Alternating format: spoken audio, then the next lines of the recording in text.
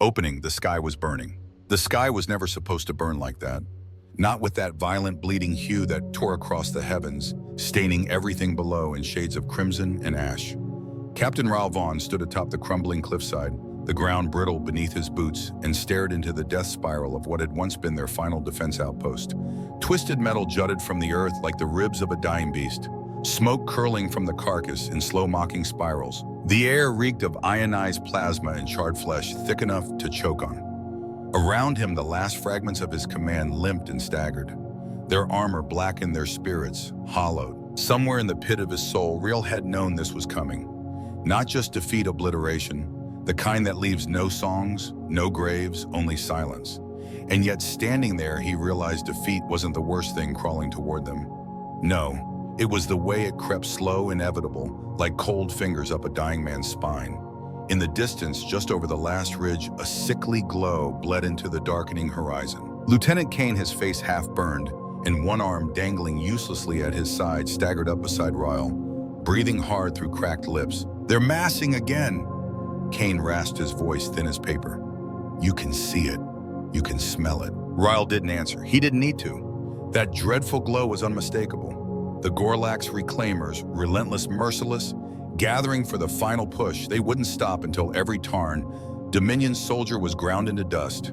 Kane dropped his weapon with a soft clatter, a sound that felt louder than the roaring fires behind them. His eyes were wide, unblinking, filled with the grim certainty of men who knew no help was coming. And yet, just as the ridge began to pulse with the march of death, Raoul's comlink crackled with a tone he didn't recognize. Encrypted alien, not Dominion. A breath caught in his throat. The signal was human. Raoul frowned. That made no sense. Humanity was barely a speck on the galactic map, an angry, chaotic species still stumbling out of its solar cradle. They weren't here. They shouldn't be here. But the voice that followed was calm, almost casual, and it would change everything. Fire Team Valkyrie inbound. A stand clear of landing zone, Sigma orbit drop, commencing in 60 from the abyss. The ground itself seemed to tremble under the slow, thunderous approach of the Gorlax reclaimers. From their vantage point, Raoul and Kane could see the ridge swelling with their numbers, a black tide of armored beasts illuminated by the dying embers of the battlefield. The Tarn Dominion had once been a proud galactic power, a beacon of civilization amid the void. Now it was crumbling piece by piece under the relentless march of extinction. Kane shifted beside Raoul, his breathing ragged, his bloodied hand tightening over the useless strap of his ruined armor. "We don't make it to dawn," he said, his voice empty, resigned. Raoul said nothing. Words were irrelevant now. In war, there came a moment when the outcome was no longer about tactics, no longer about courage. It simply became a matter of time, and time had abandoned them. The final transmission from Central Command had come hours ago, filled with static and desperate orders no one could obey. Retreat to fallback coordinates, hold the line, reorganize. It was laughable now. There was no line left to hold, no reinforcements, no fallback. The Gorlax, for their part, made no haste. They moved with the slow certainty of victors, savoring the collapse of yet another enemy. Their war machines, towering things of steel and bone, loomed like demons against the bloody sky. Every few seconds, another shriek of twisted metal echoed across the cliffs as Dominion outposts fell, one by one swallowed by the tide. Behind Raoul, a handful of battered survivors tried to mount a defense wiring, together shattered pulse rifles and patching up armor with strips torn from fallen comrades. Brave, foolish men and women who hadn't yet accepted that the end was no longer a possibility. It was a certainty. A cold numbness settled over Raoul's mind. There would be no reinforcements, no salvation. And yet beneath that numbness, something else stirred. A ripple, a flicker. The voice from the comlink echoed again in his memory. Fire Team Valkyrie inbound. He didn't dare hope hope was a luxury for the living, but whatever was coming, if it was human, if it was real, it would arrive not as a savior, but as another storm. And maybe, just maybe, it would be enough to drag them one step back from the abyss, if only for a moment longer. A signal from the void. The comlink continued to crackle in Raoul's ear, the strange voice cutting through the heavy haze of defeat. It wasn't a distress call. It wasn't even a request for assistance. It was a statement. Cold certain orbit, drop commencing in 60 seconds. Kane staggered back, his eyes wide. "Orbit drop," he rasped. "Who the hell orbit drops into a live war zone?" Raoul didn't answer immediately. His mind was racing, pulling scraps of memory from half-forgotten Dominion briefings, rumors, myths classified, whispers about a race from Sol, known for one thing above all else: chaos, brutality, survival, humanity. Earth had been a curiosity, a volatile powder keg fenced off from the wider galaxy for their own good. Barely a decade into interstellar travel, they had exploded into the galactic stage like a fist through glass. No treaties, no patience, just raw, unpredictable violence. And now, against all reason, they were here. Humans do, Ryle finally muttered under his breath, a dark thrill running through his battered frame. He had read the report's units trained not in pristine academies, but in simulated hellscapes. Soldiers whispered to have survived environments even death feared to tread. Rumors that Earth didn't just train soldiers, they engineered monsters. A low rumble vibrated through the cliff under his boots. A few soldiers, those still able to stand, turned their eyes skyward. The sky split open. 6 burning trails screamed through the atmosphere, carving fiery scars into the clouds. No ships, no pods. Men wrapped in black armor that flickered and shifted like oil, under the dying light falling like vengeful comets. Kane's mouth hung open. "They're coming in hot," he said, voice shaking. Ryle just stared, feeling something he hadn't tasted in days, not hope. No, not that. Something colder, something sharper. A weapon was coming, not a rescue, a reckoning. A rain of fire, the sky ruptured under the weight of their arrival. 6 burning figures plunged through the atmosphere, wrapped in fire and fury, leaving long, searing trails against the dying light. The Gorlax reclaimers paused, their massive frames faltering, confusion rippling through their ranks like a sudden virus. They had faced many horrors, but never had they seen soldiers descend like meteor strikes, each a promise of death crashing toward them at impossible speed. The first impact hit the ridge with a violent roar. The earth split, stones shattered, and the ground convulsed like a wounded beast. In the craters they left behind, the soldiers rose, not broken, not staggering, but standing tall, composed, terrifying. Their armor was matte black, almost alive, plates shifting fluidly as if tasting the air. There were no insignias, no flags, no colors to claim allegiance. Only burning red eyes blazed out from the helmet's twin embers of cold, pitiless purpose. For a breathless moment, the battlefield froze. Even the fire seemed to hesitate, crackling softer in reverence. Kane stumbled backward, disbelief etched across his bloodied face. "Orbit drop," he rasped, voice shaking. "Who the hell does that?" Ryle answered without looking away. "Humans do." The comlink buzzed again, a whisper cutting through the smog.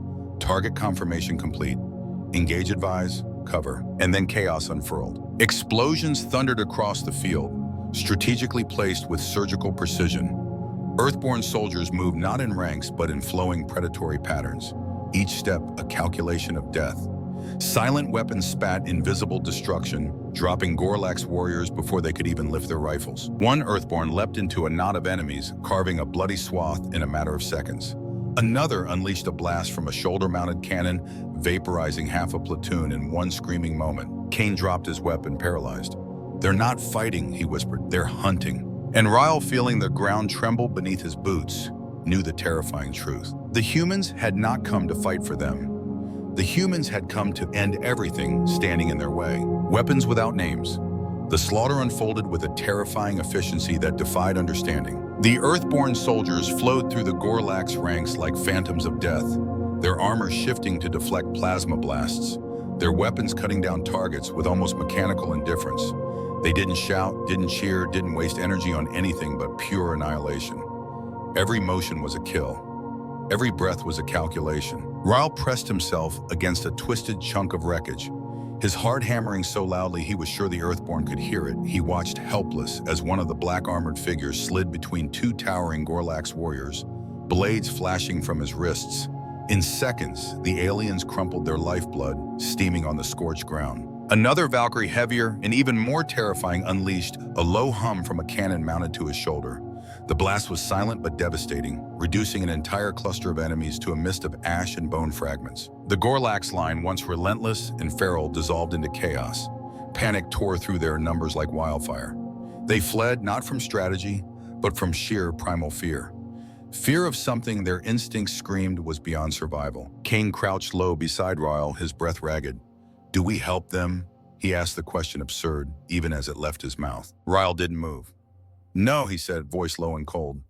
"We survive. Because this was not a battle anymore. This was a purge, and anything moving on this field, friend or foe, risked being erased without a second thought." One Earthborn turned briefly, his glowing eyes cutting through the smoke, to lock onto Ryle's frozen form. There was no malice in that gaze, no alliance either, just cold recognition. "You are seen, you are insignificant." The Dominion's hope had not arrived on wings of salvation. It had crashed down on pillars of fire armored in darkness, carrying only the promise of extinction for anyone foolish enough to stand in their path. And Ryle, for the first time in his military career, understood what true power looked like. Not a grand army, not mighty fleets, but 6 silent figures moving through death like gods who no longer cared for prayers. Not heroes. Hope was a dangerous thing on a battlefield like this. Ryle felt the stirrings of it raw and trembling deep inside his battered chest as the Earthborn soldiers carved through the Gorlax forces like blades through mist. But hope was a lie here. These were not heroes. These were not saviors, descending from the stars with banners held high and noble declarations on their tongues. They were something colder, something worse. The humans moved with brutal grace, silent and unstoppable, dismantling the enemy piece by bloody piece. They didn't shout orders. They didn't celebrate victories.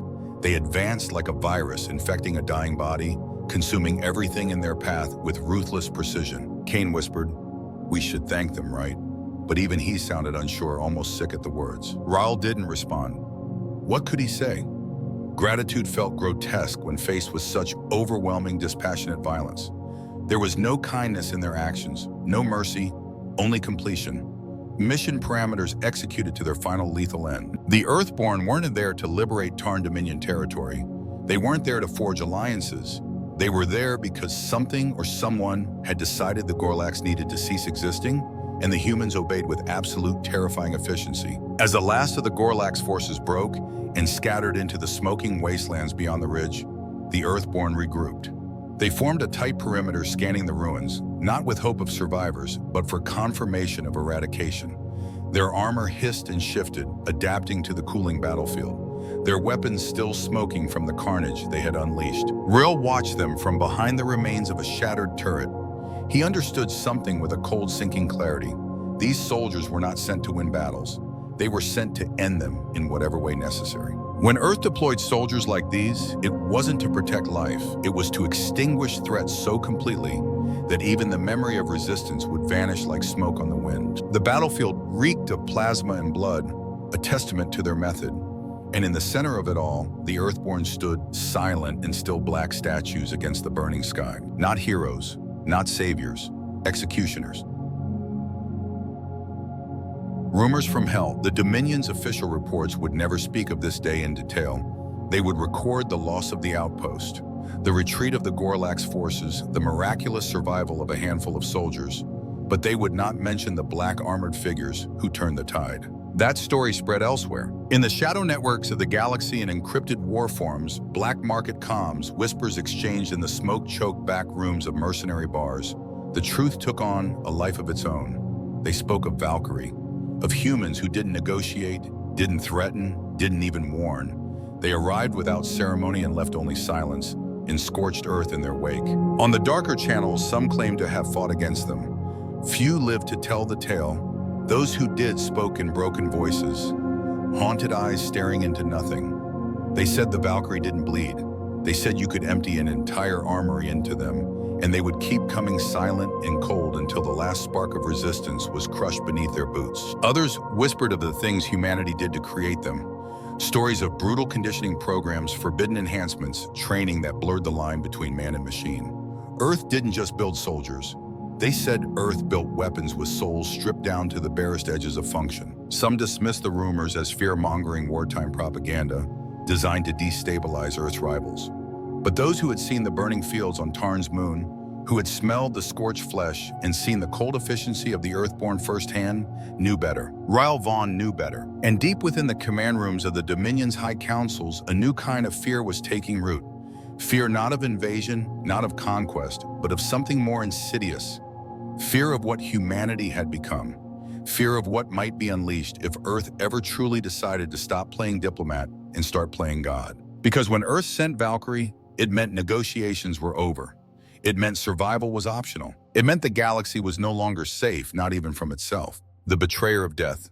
Far beyond the burning fields of Tarn's moon, deeper than any sanctioned Dominion map dared chart, Facility Zero floated in the frozen black of the Kuiper Belt. It was not a place meant for visitors. It was not meant to be known at all. In the clandestine whispers passed through mercenary outposts and pirate dens, Facility Zero was called many names: the womb of monsters, the end of men. It was here that Kalen Voss was reborn. At 23, he hadn't volunteered. There were no recruitment offices, no patriotic speeches, only a knock at his door at 3:17 a.m. and two agents in black exosuits telling him his life as he knew it was over. You've been chosen. They said, not asked, chosen. His questions didn't matter. His fear didn't matter. Only the process ahead. Facility Zero stripped away everything that made men human. It taught dominance, not survival. Kill without hesitation. Obey without question. Each simulation was worse than the last. Rescue missions turned into massacres. Moral dilemmas with no right answers. Every hesitation was punished. Every flicker of compassion beaten down until only instinct remained. Kalen survived the first 30 days, something most recruits never managed. Out of a class of 22, only 5 made it to week 4. By month 2, only 2 remained. By month 3, only Kalen. He wasn't human anymore. That was the point. Earth didn't need soldiers. Earth needed weapons, and Kalen Voss became Valkyrie Unit 7, a weapon honed sharper than any blade. Until one day on a forgotten colony called Salar 9, he made a mistake. A child, small, unarmed, terrified, in the wreckage of a collapsed city block clutching the body of a fallen parent, Kalen raised his rifle and hesitated. Just 2 seconds, maybe less, but the suit recorded everything. His pause was captured, archived, transmitted, and Facility Zero did not tolerate hesitation. He wasn't reprimanded, he wasn't disciplined, he was sentenced. Not because he failed to complete the mission, he hadn't. The child had been deemed expendable. No, Kalen was marked for termination because he remembered something Earth had worked so hard to destroy. He remembered what it meant to feel, to choose to be human. And for that, Earth would hunt him to the ends of the galaxy. When Mercy becomes a crime facility, Zero had always been clear. Mercy was not just weakness, it was treason. Mercy meant deviation from mission parameters. Mercy meant hesitation. Hesitation meant death. Those were the rules Kalen Voss had lived by for years. Rules etched into the marrow of his bones during the brutal months he spent training beyond the outer systems. Yet on Salar 9, faced with a cowering child amid the smoking ruins of a collapsed city, Kalen forgot the rules. He saw not a statistic, not an expendable asset, but a life fragile, terrified innocent. For 2 heartbeats, his weapon remained lowered. And in that flicker of humanity, everything changed. The suit caught it, of course. The internal systems embedded in every Valkyrie armor recorded every deviation, every microsecond of hesitation, every unauthorized decision. By the time Kalen pulled the trigger, too late, too slow, the decision had already been logged and transmitted to Facility Zero. There was no tribunal, no hearing, no chance to explain. There was only a verdict: termination. Facility Zero didn't send reprimands. They didn't send warnings. They sent Erebus. Kalen didn't know at first.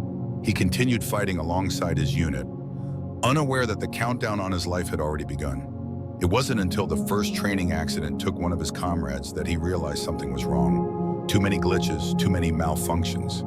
His instincts honed sharper than any blade screamed the truth. Someone was hunting him. And so Kalen did what no Valkyrie was ever meant to do. He ran. He abandoned the protocols etched into his mind. He defied the chain of command embedded into his flesh. He chose survival, not survival for the mission, but survival for himself, for the flickering, battered humanity Earth had tried so hard to erase. In the cold, silent corners of the galaxy, whispers began to spread. A Valkyrie had gone rogue. A weapon had rebelled. Facility Zero didn't respond publicly. They didn't acknowledge the failure. But deep beneath Earth's black command networks, a new directive was issued. Find Kalen Voss. Erase him. Not to punish him, not to correct him. But because he had committed the one crime Facility Zero could never forgive, he had remembered what it meant to choose compassion over programming. He had chosen mercy, and mercy to Earth was unforgivable. The ghost named Erebus. In the secret histories whispered among Earth's black operations, one name stood apart from the rest. Erebus. Before the Valkyrie program became the weaponized plague, It was now there had been prototypes, early experiments into what humanity could forge when all restraint was stripped away. Erebus was the first and the last of those prototypes. He wasn't trained, he was engineered. No hesitation, no conscience, no loyalty beyond mission completion. Erebus was the purest realization of Earth's darkest ambition. A soldier who didn't need orders because the only thing he obeyed was eradication itself. Facility Zero kept his existence buried beneath layers of classified protocols and falsified deaths. The other Valkyrie whispered about him in fear like a myth, or a monster lurking just beyond the edge of light. Training cadres warned recruits, fail your mission, hesitate for a heartbeat too long, and Erebus would come, not to rescue you, not to punish you, but to erase you as if you had never existed. Kalen Voss had heard the stories everyone had. He never believed them, not until he saw the first signs. At the edge of Salar 9's ruins during the final days of the Gorlak's purge, there were anomalies, black shadows moving just outside visual range systems, glitching for no explainable reason. Encrypted alerts that vanished before his suit's AI could process them. Fellow operatives began to disappear. No battles, no blood, just gone. Kalen knew then. He wasn't just marked, he was being hunted, and there was only one hunter. Earth trusted for a task like this. Erebus wasn't sent to discipline him. Erebus wasn't even sent to capture him. Erebus was the reset button, the quiet executioner who cleaned the slate when humanity's creations stepped beyond their leash. Kalen realized the horror of it all. It wasn't just about eliminating a rogue soldier. It was about preserving the myth, the illusion that Valkyrie were perfect, infallible, untouchable. One defection, one act of mercy could unravel. Years of terror carefully crafted by Earth's silent hand. So they unleashed Erebus, not because Kalen was dangerous to Earth's armies, but because he was dangerous to Earth's lie. And now somewhere in the dark, Erebus was coming for him. The fugitive and the hunter. Voss knew the rules of survival better than anyone. He had lived them, bled them, breathed them through every waking nightmare. Facility Zero had burned into his mind. And yet against Erebus, none of those rules mattered, because Erebus wasn't following rules. Erebus was following instinct, an instinct honed into a perfect, merciless tool of eradication. The first encounter was almost too quiet. Kalen had slipped aboard an abandoned cargo hauler near the edge of Dominion-controlled space, desperate for a way off Salar 9. He moved through the dimly lit corridors, every sense on fire, scanning for threats. That's when the ship's lights flickered. The air turned colder. The hairs on his neck stood on end, and he knew. Before he could react, a figure stepped from the shadows, towering, encased in obsidian black armor that drank in the sparse light. No insignias, no identifiers, only the faint, eerie glow of a thin red visor slicing through the gloom. Erebus, the hunter, said nothing. He didn't need to. His presence screamed a message loud enough to drown out thought. Surrender was never an option. Kalen moved first instincts, driving him into motion. He fired a burst from his sidearm, a clean, precise shot aimed directly at Erebus's helmet. The plasma round hit home, sparking against the armor, and did nothing. Erebus didn't even flinch. In one fluid motion, Erebus closed the distance.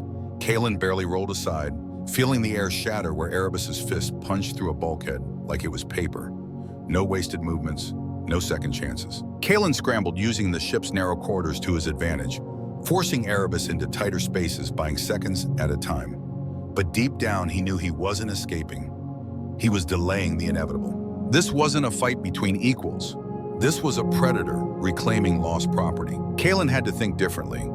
He wasn't going to beat Erebus with speed or firepower. He had to beat him with something Earth had long since abandoned: unpredictability, humanity, the very traits they had tried to burn out of him. Kalen set his jaw, blood pounding in his ears. He wasn't running anymore.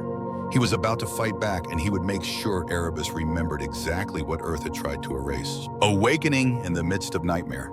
The cargo ship groaned under the strain of their battle. Metal screamed as Kalen and Erebus tore through the narrow corridors, turning the derelict vessel into a graveyard of shattered walls and sparking conduits. Every breath Kalen took burned like fire. Every heartbeat was a drumbeat, counting down the seconds to his end. Erebus was relentless, silent, inevitable.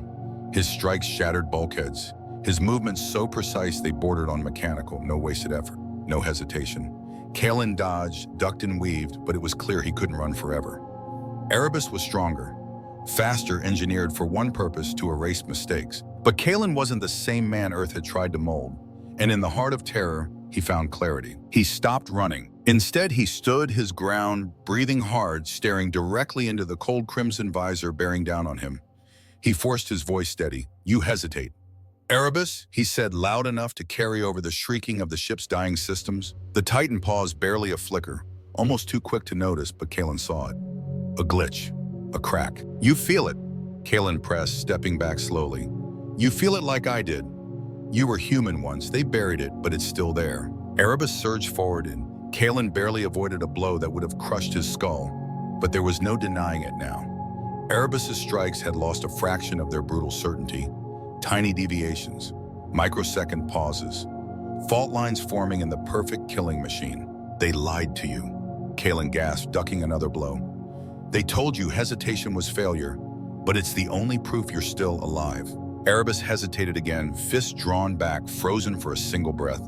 Sparks rained down from the broken lights overhead, casting them both in flickering shadows. Kalen saw the tremor run through the massive figure, saw the way Erebus's stance shifted less like a weapon, more like a man fighting something deep inside his own mind. For the first time, Erebus didn't attack him immediately.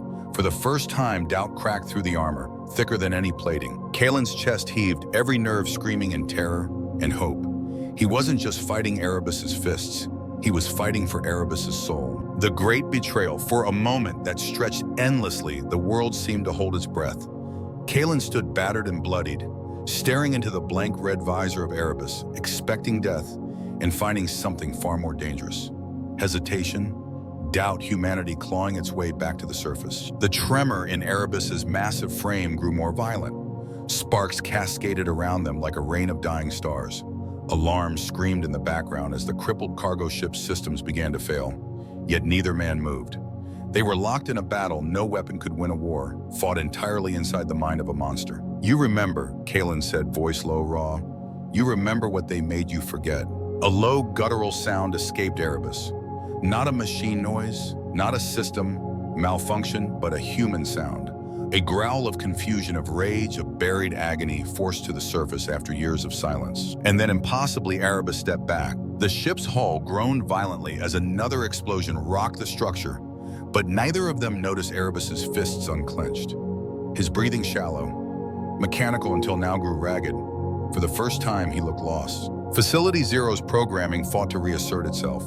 Kalen saw it, the red visor flickering, flashing error codes behind the armor's HUD commands were pouring in from Earth's black command systems, flooding Erebus's mind with directives. Eliminate, purge, obey. But something had changed. With a sudden roar, Erebus turned away from Kalen and punched clean through the wall of the ship, carving a path into the night beyond. He didn't kill Kalen. He didn't complete his mission. He fled. The first Valkyrie, the perfect weapon, had glitched. And in that glitch, the impossible had happened. Earth's deadliest creation had chosen not to obey. Back on Facility Zero, red alarms erupted through the hidden command centers. Black protocols engaged. Contingency plans activated.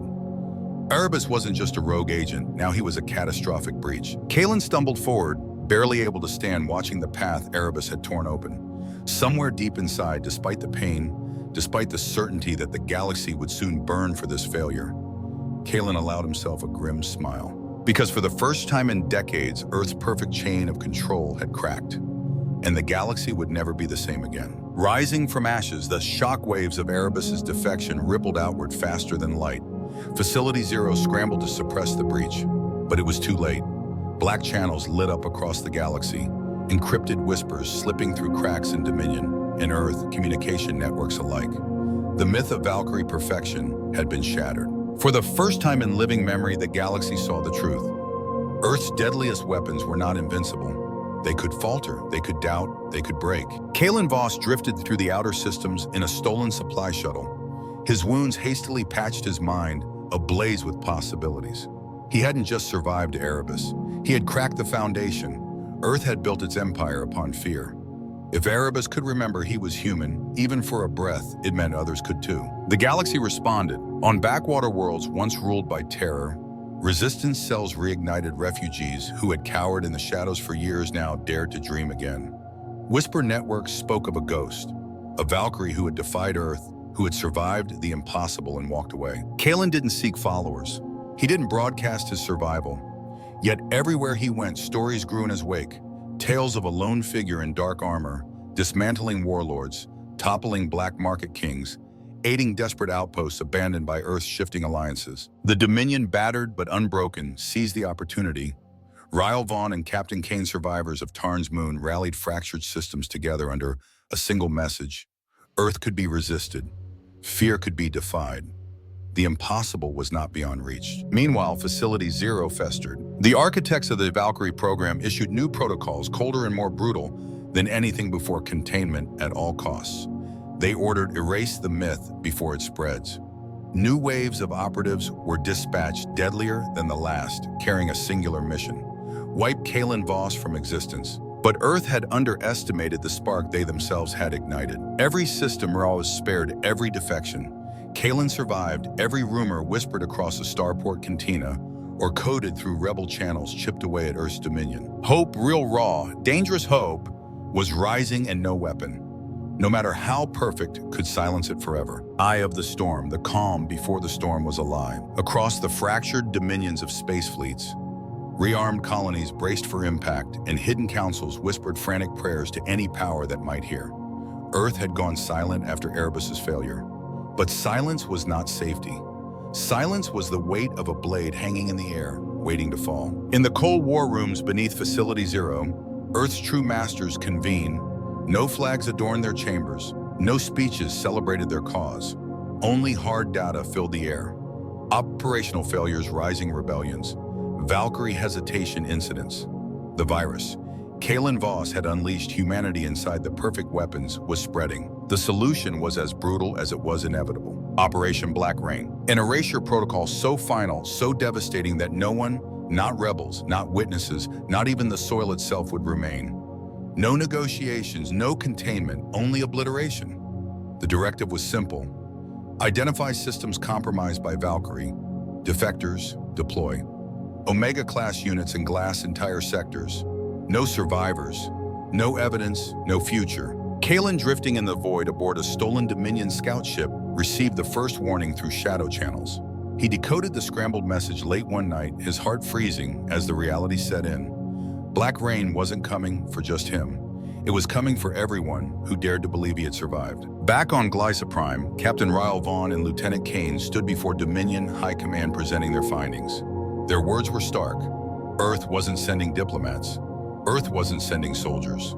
Earth was sending warnings wrapped in armor, carried on wings of annihilation. We don't face war, Ryle said grimly. We face extermination. Around him, leaders argued, diplomats wrung their hands, and generals debated tactical retreats. But Ryle knew they could not run far enough. They could not hide deep enough. Because when Earth unleashed Black Rain, they weren't just targeting enemies. They were rewriting history, erasing memory, ending hope. And somewhere in the heart of that gathering storm, Kalen Voss prepared for the only fight that mattered now. Not to win, not to survive, but to ensure that when the final blow fell, someone somewhere would remember. Remember that even perfect monsters could bleed, and that sometimes, even in the eye of the storm, a single spark could still defy the darkness. The lone rebel Kalen Voss stood alone on the observation deck of the Dominion scout ship, staring out into the black ocean of stars. Somewhere out there, beyond the scattered constellations and frozen asteroid belts, Earth's fury was gathering.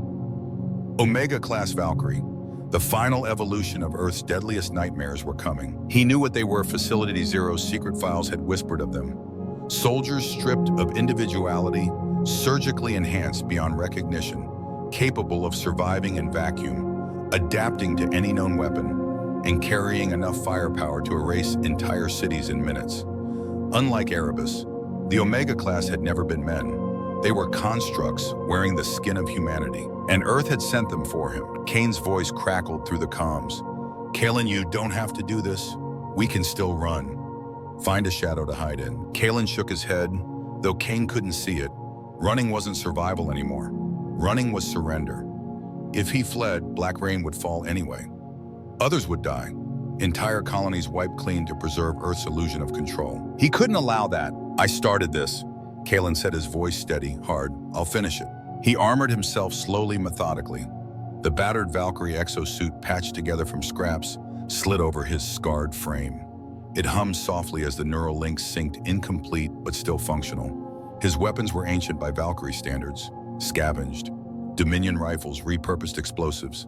But he didn't need perfect tools. He had something better. Choice, the one thing Earth could never engineer, never program, never eradicate completely. As he sealed his helmet, Kalen allowed himself a rare fleeting smile.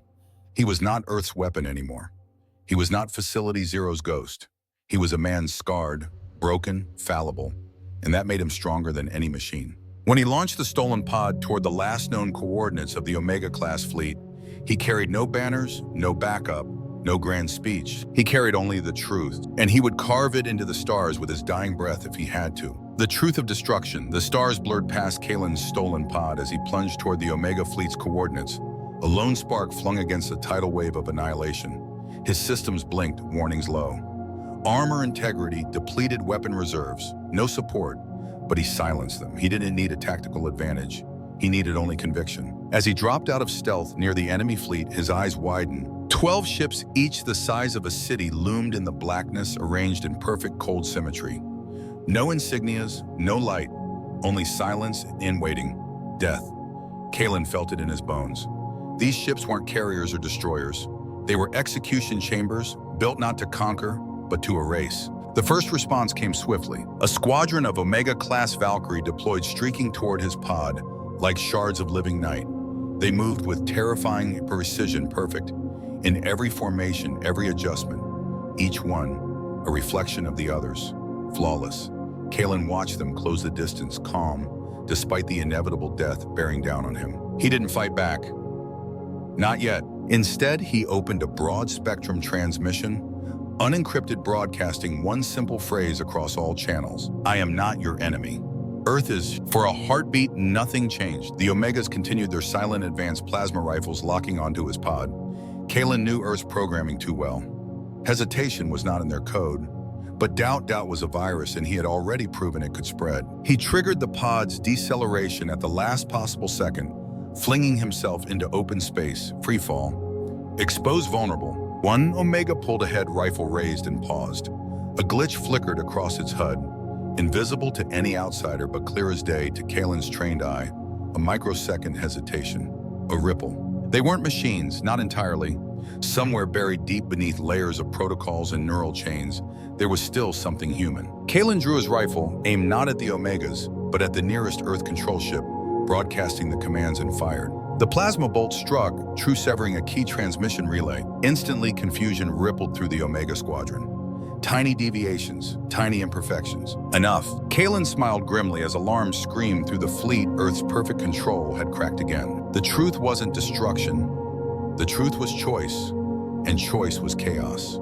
Earth could no longer contain. Final stand. The Omega fleet descended into chaos faster than Kalen had dared to hope. Without the central transmission relay to enforce strict command hierarchies, the Omega-class Valkyrie began to drift, momentarily uncoordinated. Some hesitated, some looked to one another, seeking orders that no longer came. In those cracks of uncertainty, Kalen struck. He moved through the debris fields like a phantom, targeting secondary relays, communications hubs, power junctions. Each hit wasn't just damage, it was a message. You are not invincible. You are not alone. You can choose. The Omegas weren't built to improvise. They were perfect soldiers for perfect orders. Without them, they struggled. Fractures deepened. Some squads fell back into rigid formations, defaulting to base protocols. Others hesitated longer. Weapons raised but unmoving, as if sensing the wrongness in their programmed instincts. Kalen exploited every hesitation without mercy. He wasn't fighting to survive anymore. He was fighting to ignite a wildfire. Alarms howled across the control ships. Emergency beacons flared.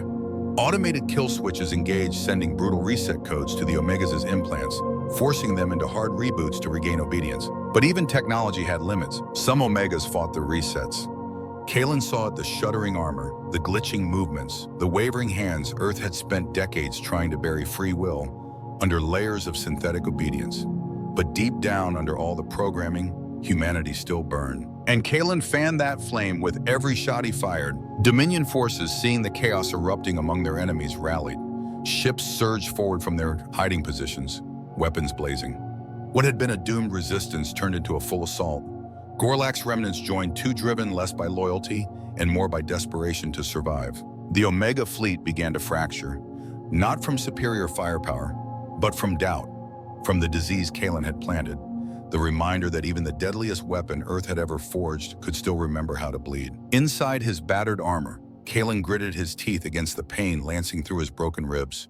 He would not live to see the end of this battle. He knew it. But he had already achieved the one victory Earth feared most. He had made their monsters think, and nothing would ever be the same again. The rebel's choice, the battle raged around him, a symphony of fire and broken metal. But Kalen Voss stood still at the center of the storm. His armor was shattered, his body screaming with injuries too numerous to count. Yet his mind was sharp, clearer than it had ever been. The Omega fleet was crumbling, not from missiles or plasma fire, but from within. Confusion rippled through their ranks. Valkyrie fought Valkyrie.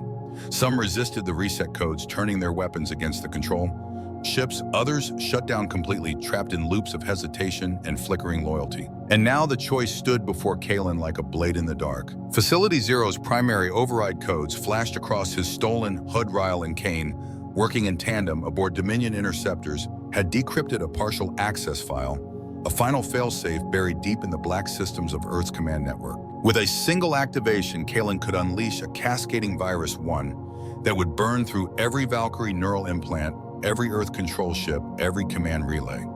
It would free them from Earth's grip, but it would also kill them. The virus was brutal. It wasn't designed for mercy. It was a firestorm of erasure programmed to destroy the chains and the minds they bound in one searing flash. No Valkyrie would survive it. Not Erebus, not the Omegas.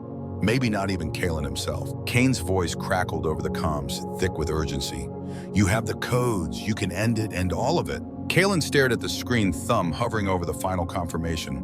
Around him, Omegas wavered, glitching in and out of formation. Some turning their weapons away from Dominion forces, others collapsing entirely. He had fought so hard to remember his own humanity. Could he now choose to extinguish the flicker of it, burning in others? He closed his eyes, feeling the weight of 1,000 lost futures pressing down on him. Earth had built him as a weapon, trained him to obey, commanded him to kill without thought. Now, at the end of all things, he had one act left that would be truly his own. He opened his eyes and he chose. The last confrontation. Kalen Voss pressed the final sequence, not the viral purge, not the command to erase. Instead, he sent a different signal, one no system had prepared for one. Earth had never anticipated a pulse, a raw, unfiltered broadcast of choice, not an order, not a virus, a single directive. Decide for yourself. Across the battlefield, across the crippled fleet, every Valkyrie unit shuddered. Their HUDs flickered, command chains unraveled. The implanted control protocol spasmed and died. For the first time in their existence, the Omega class stood untethered, blinking into a galaxy they had only ever seen through the lens of obedience. Some collapsed, overwhelmed by the sudden void of commands. Some screamed, tearing their helmets off, clawing at the artificial chains snapping inside their minds. And some turned their weapons on Earth's control ships, not with mechanical precision, but with rage. Facility Zero's monitors exploded in a flurry of red alerts. Dominion warships, Gorlak's remnants, and Valkyrie defectors alike surged into the chaos. Not as isolated survivors, but as a force fueled by a single undeniable truth. Freedom was messy, unpredictable, and utterly unstoppable. In the eye of the maelstrom, Kalen fought not for conquest, but for meaning. His battered exosuit barely functioned. His weapon was cracked and sputtering. His body was breaking under its own weight. But he smiled, because everywhere he looked, the impossible was happening. Valkyrie soldiers, once programmed to annihilate anything outside of Earth's design, now fought to protect civilians. Some shielded Dominion cruisers from counterstrikes. Some turned on Earth's black ops forces embedded among the fleets. The galaxy was watching, and this time Earth couldn't hide it. Facility Zero's directors screamed into dead comms. Orders meant nothing now. Fear meant nothing. Their perfect system was broken not by force but by choice. Kalen pushed forward, blood staining the cracked plates of his armor, carving a path through wreckage and burning starships. He wasn't fighting enemies anymore. He was fighting to make sure no one ever forgot what had happened here. Not just a rebellion, not just a war, a memory, a seed, a spark. And no empire, no matter how ruthless, could kill an idea once it had been born. The Valkyrie who remembered, the battlefield burned behind him, a scar across the stars that would never truly heal. Kalen Voss stood atop the fractured hull of a ruined Earth command ship, his armor blackened and broken, his body barely holding itself together. The screams had faded into silence. The thunder of war had died into a low, aching hum. Around him, the survivors, Dominion soldiers rebel. Valkyries, even former enemies, move slowly, stunned by the magnitude of what had just transpired. Earth's black rain had failed. Facility Zero, once the untouchable fortress of obedience, had gone dark. The Omega-class Valkyrie had either fallen or fled, scattered into the far corners of space. Earth's empire of fear had cracked not under bombardment, but under the weight of its own forgotten humanity. Kalen removed his battered helmet, feeling the raw bite of the cold void against his bloodied skin. He looked up at the endless sky where new stars burned against the ashes of the old. He had no illusions. This wasn't the end of conflict. Earth would rebuild. New tyrants would rise. Empires always did. But something had changed forever. Hope, once crushed beneath layers of fear and domination, had taken root again.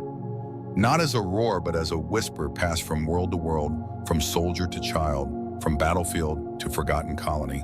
A whisper that said, even the mightiest can fall. Even the programmed can choose. Somewhere far below, Kane stood among the battered remnants of the Dominion fleet. Watching Kalen with a kind of awe reserved for forces of nature, Ryle Vaughn too stood silent.